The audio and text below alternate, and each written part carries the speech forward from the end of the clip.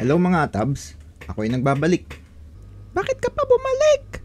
Masaya na kami. Grabe ka naman, bumalik ako para magbigay ulit ng kaalaman. Wow! Ngayon, meron na kayong environment para pagpraktisan, tama? Tuloy na natin ang pag-navigate sa loob ng Linux. Natuto tayo ng mga commands last time. Pero ano nga ba ang mga commands? Commands ang lifeblood ng isang Linux system. Sila ay mga programs din na may kanya-kanyang gamit. At dahil wala kang graphical interface kung saan pwede kang magpindot, kagaya sa Windows, kailangan mong masanay sa pag-intindi at pag-type ng mga commands. Ito ang format ng isang command. We have the command name here. Ito mismo yung command na gusto natin i-run. And then, the options we want to include sa ating command. Ginagamit natin ang options para mas maging specific ang takbo ng ating command. Pwede ka maglagay ng as much options as you want. Pwede ding wala. At ang huli ay ang parameter. Kung ang command na gagamitin natin ay may target, ang parameter ang target. For example, ang command na cat ay kailangan ng parameter para malaman niya kung ano ang bubuksang file. Cat file1.txt. Ito ang command at ito ang parameter. Depende sa command, pwede ka magkaroon ng more than one parameter. Pwede ding wala. Ito ang isang example ng command na walang option at walang parameter. Ang ls command ay iyong gagamitin kung gusto mo makita ang mga files sa isang folder. Kung ls lang ang iyong irarun, ililis niya ang laman ng iyong present working directory or ang folder kung nasan ka ngayon. I-try naman natin ang ls command na may parameter. Sa command na ito, sinabi natin sa ls command na ang parameter natin o ang ating target ay ang downloads folder. It means na we want to list the files sa loob ng downloads folder. I-try naman natin ang ls command with parameter and some options. So similar sa previous nating command, nilista natin ang laman ng downloads. But now we added an option na -l. By the way, ito pala ang format ng options. Lalagyan natin ng dash and then the letter for the option. Or dalawang dash then the word for the option. Kada command ay may kanya-kanyang options. Depende ito kung paano sila na-develop. Ang -l na option ay nagsasabi sa ls na command na ipakita ang result ng ls sa long list format or ang format na nagbibigay ng mas madaming detalye sa results. Pwede din tayong mag-add ng more than one option, kagaya nito. Ang -t option naman ay nagsasabi sa ls command na i-sort ang result based sa time. Ang latest sa pinakataas, pababa sa pinakaluma. Pwede din nating ipagdikit ang mga options para shortcut. May mga options din na tumatanggap ng sarili nilang parameter kagaya nito. Ang --sort na option ay tumatanggap ng sarili niyang operand na size, which means na gusto nating isort ang results based sa size. Makikita mo ang pinakamalaki sa taas at papaliit ng papaliit sa baba. Last but not the least, pwede din nating itry gumamit ng more than one parameter para sa command. Here, we want to see contents ng parehas na folders.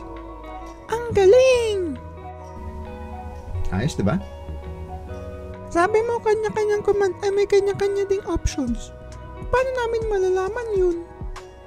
Great question. Kada command na ating gagamitin ay most likely may kasamang manual page. Kagaya ng pagbili natin ng isang electronic, ang mga commands ay meron ding manual page. Sa manual page natin makikita ang lahat ng detalye para sa isang command. Wow! Para mabuksan ang manual pages, gagamit tayo ng isa pang command, ang man. Ang man o manual pages ay nakalagay na sa loob ng ating operating system at pwede nating i-access anytime, maski ma-internet ka o wala. Pagka-install mo ng isang command, kadalasan ay kasamang na-i-install ang kalakip na itong manual page. Para magbukas ng manual page, gagamitin natin ang man. For example, para mabuksan ng manual page ng ls, we will do man ls. Pwede tayong gumamit ng arrow keys para mag-browse sa man page. Pwede din ang page down and page up keys.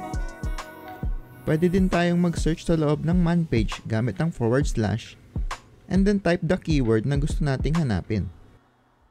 Habang nasa search ay pwede nating pindutin ang letter N para hanapin ang next result at capital N naman or Shift N para bumalik sa previous result.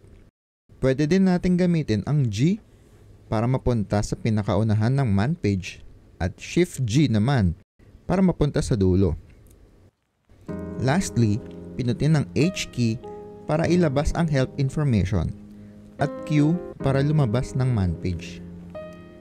Ang mga shortcut pala na to ay maaari mo ding gamitin sa iba pang command na nagpapakita ng mga pages or tinatawag din natin silang mga pager commands na gaya ng more or gaya ng less. Mabalik sa man, meron tayong mga section sa isang man page. Makakatulong ito para mas madali mong makita ang impormasyon na gusto mong basahin sa page. Una ang name section kung saan makikita mo ang command plus a short description neto. Next naman is the synopsis which shows us paano ang syntax ng command. And then the description section na nagbibigay naman ng detailed information about the command and its options. Most of your time will be invested in this section as you look up the options and what they do. Some commands will have an example section. Dito mo makikita some samples ng usage ng command. Normally, mga common use cases ang makikita mo dito. Lastly, makikita mo ang mga miscellaneous sections such as author information, reporting bugs sections, copyright information, and see also section. Kung saan mo makikita some related information outside the command. Usually mga man pages din ito ng other commands na related. Ang mga man pages pala natin ay may mga types o uri. Ang tawag dito ay sections. Iba pa ito sa sections na sinasabi ko kanina. Ito ay sections with the capital S. Specifically, pwede nating tawagin ang specific section ng isang man page for a command para kunin ang isang specific information. Meron nga pala tayong 9 sections. Section 1 para makita ang executable programs or shell commands. 2 for system calls or ang mga calls na pinoprovide ng kernel. Pwede mong gamitin ang man syscall para makita ang list ng mga system calls na available sa iyong OS. 3 para naman sa mga library calls or yung mga functionalities na binibigay ng isang library. For example is yung C library. Section 4 naman for special files. For example are the files inside /dev. Section 5 for file formats and conventions. Example is yung convention for the file ng /etc/passwd. Section 6 for games. Section 7 for miscellaneous or additional information for your command. Section 8 for system administrations command. And lastly, Section 9 for kernel routines. Do not worry if some of these sections ay mahirap intindihin for now. Later on, dadaanan din natin some of the sections, yung iba naman would mostly be irrelevant at most of the sections na titingnan natin is within Section 1. Ang mga section pala na ito ay makikita mo katabi ng command sa man page. Pwede mo ding specify ang pagtawag ng specific section by including the section number. For example, man 5 passwd or man passwd.5. Para malaman mo ang section number ng command right away and some simple description, pwede mong gamitin ang -f option. Pwede ka ding mag-search ng man pages based sa isang keyword, man-k. Isa-search nito ang description part ng mga man page para sa keyword na iyong tinype, and then return the positive results. Very useful ito kung di mo kabisado ang command na gusto mong gamitin. Nung ako ay nag-exam for a certification, ay gamit na gamit ko ang command na ito. Ang manual pages ay ang iyong katuwang sa mundo ng Linux. Kaya ang pagiging familiar sa man page ay isang crucial skill. Even without internet, ay pwede mong magamit any command available because you can search for man pages and read more on that specific command.